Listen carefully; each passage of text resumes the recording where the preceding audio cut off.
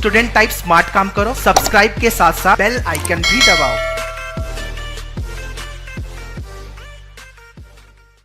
Hello guys, once again welcome to all in today's video. So today we'll talk about one of the program offered by the TISS, and that is nothing but the rural development and the governance. So a lot of students asked me to make a video on the same. So friends, here I come up with all the relevant data with respect to the rural development and the governance program. Okay, so if you wanna enter into TISS to pursue this program, you have to crack the TISNET. So we already discussed about the eligibility criteria and the selection process. So we'll directly move to some of the major points such as the cutoff, the program details, seat availability, fee structure, campus which offering this program, and the very important one, that is nothing but the placements. So friends, stay tuned throughout this video to get each and every detail about RDG. So before that, our new YouTube channel launch named as Manua TIS Entrance, and which is very specific to TIS Entrance exam, that is nothing but the TISNET and TISBAT. Okay, so guys, target the TIS campus either Mumbai, Tuljapur, Hyderabad, Guwahati or Chennai Palm campus. Okay, so get the best coaching for TISNET and TISBAT. Call our board line number 8828581455. Now friends, here I am making this video because as all of you asked me to make the video on RDG. Now if you wanna some more videos, then tell me in the comment box which type of video you wanna, on which particular course or campus and etc. So post all your doubts and queries in the comment box, so I will make a video as per your recommendations. So click on the below mentioned link and subscribe the channel to get the regular updates with respect to the TISNET and TISBAT. So let's come to our main point, why there is a need of rural development and the governance. Because in India, more than 75% of the total population lives in rural areas. So for this much of populations, their home is rural areas.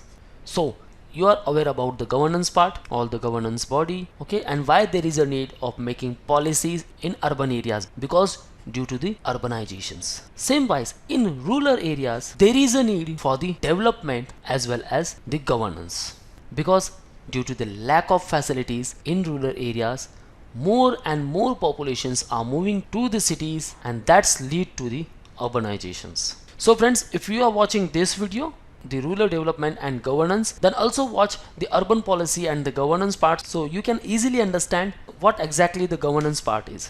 Okay guys, so therefore it is very important to develop the rural areas first to maintain the livelihood securities in the poor peoples.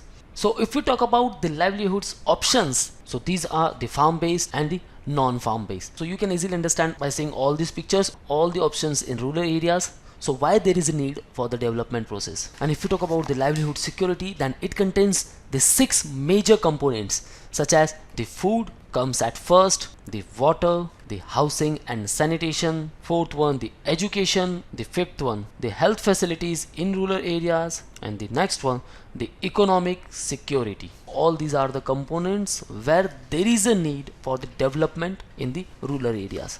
So friends, before going to exact detail about the course, if we talk in very simple words about the rural development, then guys, it is nothing but the process of bringing the positive changes in the rural areas or the rural structures. So it should be work on 3 principles. The first one is a qualitative, quantitative and sustainable. So whatever the changes are needed, it should be qualitative, quantitative and sustainable in form or in a sense. Because if there is a development in the rural areas and it is not sustainable, then it will be called as a mild development or the negative development. So that's why these all 3 points are very necessary. It should be qualitative, quantitative and should be sustainable in form. Or we can say that the integrated development of the area and the people through optimum development, okay, and utilization of local resources.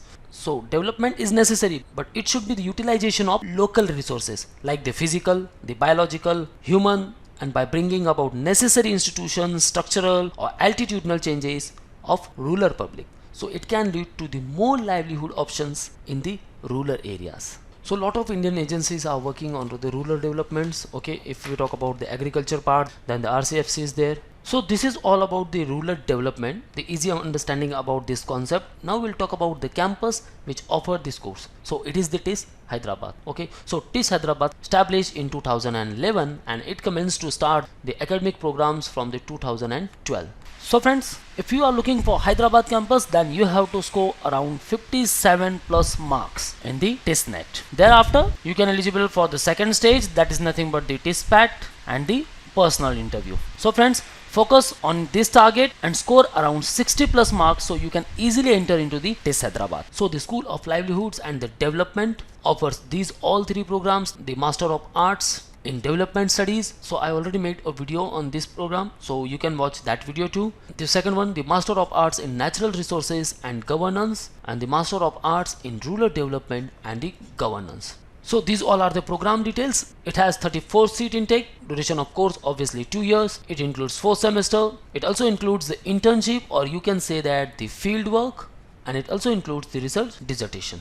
So friends, look at this picture, so you will get some ideas why there is a need for the development in rural areas. You can get the clear understanding about the health, the water reservoirs, okay, the transport services, and in agriculture. So basically the programs provide a critical perspective on the governance structures comprising of state, the market, civil society, and the community, and their implications on the livelihoods, especially of the poor people. So friends, first semester you will get the foundation course where you can learn the total understanding about the society, understanding about the economy, the politics, understanding about the nature, ecosystem, and the natural resources. And thereafter, the program also exposed to the students into the various industries such as the CSR projects, some of the government sectors, and even in the private or public sectors, where student can learn lot of things with respect to the rural areas. Now we'll talk about the fee structure. So academic fees for both 2 years, it is only the 1.04 lakh. So as we already aware about that, this has very nominate fee structure. And if you talk about the placement packages, then guys, you can get the highest package of 7.2 lakh per annum. The median was 4.5 lakh per annum, and the lowest package you can get 3 to 3.5 lakh per annum. So guys, if we consider the fee structure and placement package, then this will gives you the best return on the investment, and none of the institute will gives you such package, and even no saturation at all in the market. So wherever you place, even in the government sector or public sector or in a private sector, you will never get a saturation level as it is in lot of sector. So friends, if you have keen interest in the social work, even in the social sciences domain, then you can try for the rural development and the governance program. You can develop your towns, your village, your areas, and you will give lot of ideas to the government sectors, to government projects, and to the departments. You can work in the NGOs and various other departments. So we'll talk about the career scope and the placement part here. So you can work in a rural planning and even in governance part, in natural resource and governance. You can be work in rural entrepreneurship. You can work in public finance, microfinance, or in a banking sector, both in private and public sectors. You can work in a rural infrastructure support programs run by a lot of agencies, in agri businesses, and you can also do your internship in all these respective agencies such as the UNICEF, NABARD, Reliance Foundation, the Niti Aayog, Oxfam India, Pradhan, Seeds Impact, Care India, BEF Foundation, WBS RLM, and many more agencies are there such as the GLPC, the ITDA, the Coal India, the Sehgal Foundations, and etc.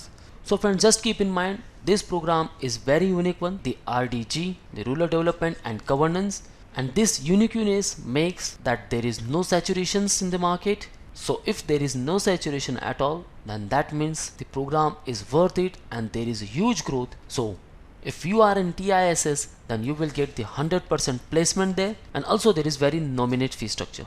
So guys, if you have your keen interest in the rural development or even the governance policy, in the policy making, in rural planning and governance, then definitely friends, you should try for this course. So to pursue this course, you have to crack the TISnet. So friends, these all are the past recruiters, some of the research based companies, and also the government sectors. So after pursuing RDG, you can become part of all these. So friends, kickstart your preparation. Let's crack the TISnet. And if you want boosters and proper materials and resources, then visit at manvoedu.com/MBA-entrance to get access for the books, mock tests, sectional and full course. If you want to interact live with us, then call on 8828581455. If you want to join our classroom preparations, then you can join us at Borivali, Dadar and Vasai. So friends, this is all from the today's video. If you have any doubts and query, you can ask me in the below comment section. So thank you very much guys. All the best for your career. See you in the next video.